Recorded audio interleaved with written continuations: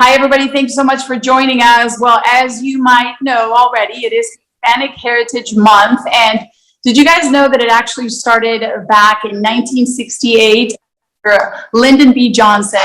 And he actually just started it as the Hispanic Heritage Week to celebrate the history, the culture, the contributions of any U.S. Hispanics. And then eventually in 1988, it became more of the month that we now celebrate. It's a chance for us to eat good food, to dance, to remember all the heroes. We wanted to relate that somehow to weather. How about we talk about hurricanes that have Hispanic names?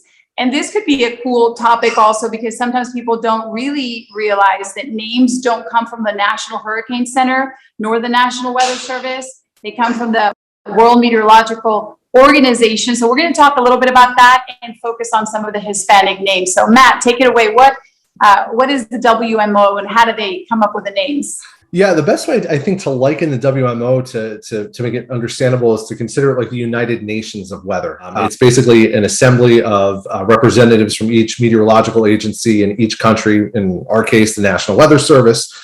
They send somebody over there to meet once a year. And they have basically like a Congress and they make decisions on all sorts of different things, from tropical cyclone names to get retired, to approving name lists and things like that. So formal naming of storms actually began in 1953. And it took until 1979 to get male names on the list. Originally, it was all female names. And obviously that had to change. So in 1979, they made it all both male and female. And those are the name lists that we use now each year. There are 6 lists in rotation. We go through them every 6 years. We're actually in the original 1979 list this year in 2021. And the only names remaining from that list are Anna, Claudette, Henri, and then Kate, Larry, Mindy, and on down the list. The letters Q, U, X, Y, and Z do not get names because it was determined by the World Meteorological Organization that there's not enough recognizable names in English, Spanish, or French to be included on those lists. Yeah, so as you were talking there, Matt, I was wondering why Claudette wasn't retired, since that held the record for a long time at smacking Alvin with so much rainfall. It's kind of surprising to me. Looking through the list of retired storm names, there's really 2 that stick out, and for me, number 1 has to be Hurricane Maria. These are storms with Hispanic names.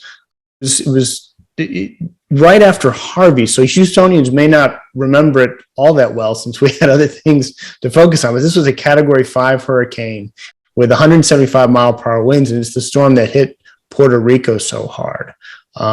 It killed more than 3,000 people, and it's the 3rd costliest tropical cyclone in history with about $90 billion in damage. And as I was thinking about this, remembering it, Maria, I wondered, what must it have been like to be Maria Sotolongo in 2017 when that storm was rampaging through Puerto Rico?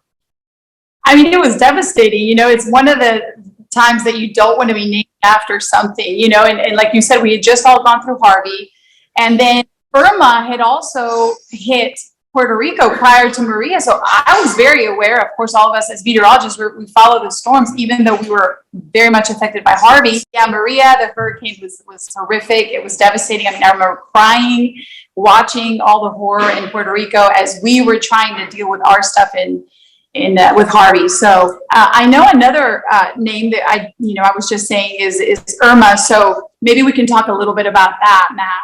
I remember that storm in particular because that really, also came on the heels of Harvey. That 2017 year was awful. But it was a really, really bad storm. It actually made 7 landfalls and is the second longest record, holds the record for the second longest continuous period as a Category 5 storm. For 60 hours, which is very tough for a hurricane to do. 7 landfalls and $77 billion in damage, killed 134 people. Certainly a storm that a lot of folks in Florida will not forget. There was a lot going on during that one. So guys, I guess we've got to talk about what's going on now. Let's just briefly mention what names we have left and then what happens when we run out of names.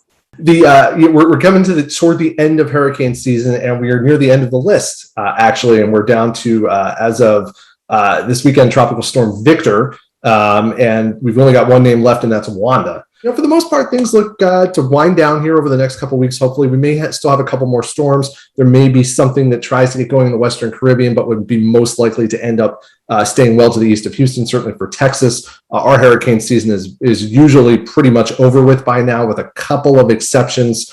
And usually those storms are not too significant anyway when they happen. So we'll continue to watch, but for the most part, things look to be quieting down here. Now, as we come to the end of the list and we get more names, Eric, tell us a little bit about this new name list that we'll be going into to close out the season. Yeah, so we've never needed extra time, so to speak, in hurricane season with names before, except twice, in 2005 and actually last year, 2020. And in that's the case, they would go and start off with Greek names, alpha, beta, and so on and so on. I don't know the entire alphabet. But last year was such a devastating season that actually 2 of the Greek storms were retired. So like those, you retire those Greek names or whatever. And so that was one reason why that the World Meteorological Organization decided to move away from Greek hurricane names. So we're not using Greek names anymore. Actually, what the WMO has come up with a list of supplemental names for each season. So if we get through Wanda and still need storms, we're going to get right into a new ABC and on down the line. And so the first storms are Adria, Braylon, Caridad, and then the fourth one, Houston, is Deshaun. Now, we don't think we're going to get to Hurricane Deshaun hitting Houston this year, but an interesting situation. As Matt said, as we reported on Space City Weather, we're pretty sure that the Texas hurricane season is over this year. But just so you know, the fourth list on that name is Deshaun, if we get there. So yeah, it's kind of crazy. It is crazy, guys, but we'll be here to cover it all. So thank y'all. I hope that everybody found it interesting and as interesting as we did. Remember to follow us on Tiempo Ciudad Espacial. Tell all of your Hispanic friends and family members that they can follow us on that, as well, of course, as Space City Weather. And tell us if y'all want more videos, right, guys? I know y'all are thrilled to do videos. Thanks, everyone. Right about that. Guys. Take care, all.